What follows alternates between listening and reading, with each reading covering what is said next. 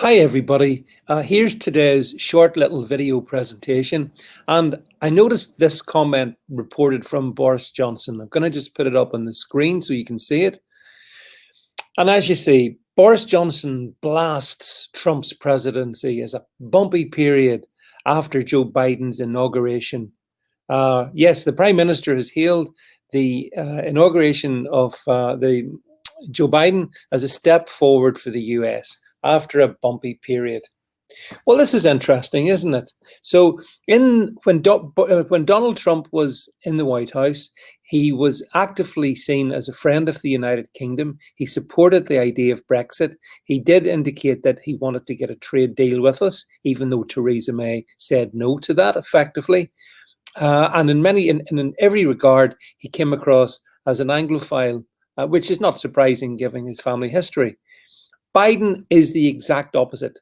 Biden is a globalist shill, and he has already given his sort of prima facie colours in that by signing the US up to the Paris Climate Accord, which of course Boris Johnson is very happy with. And here, the reality about this is the insight it gives us into Boris Johnson.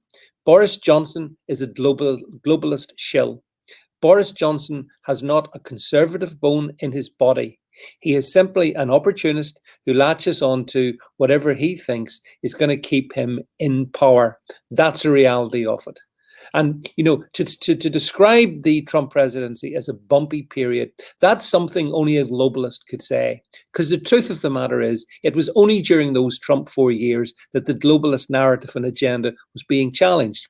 But now in the UK, Johnson has us all locked down. He has us all in masks. He's destroying the swathes of the British economy. And the media love that, and the people are happy with that. And that is exactly what's going to happen in the US as well under the Biden clowntocracy, as I've taken to calling it.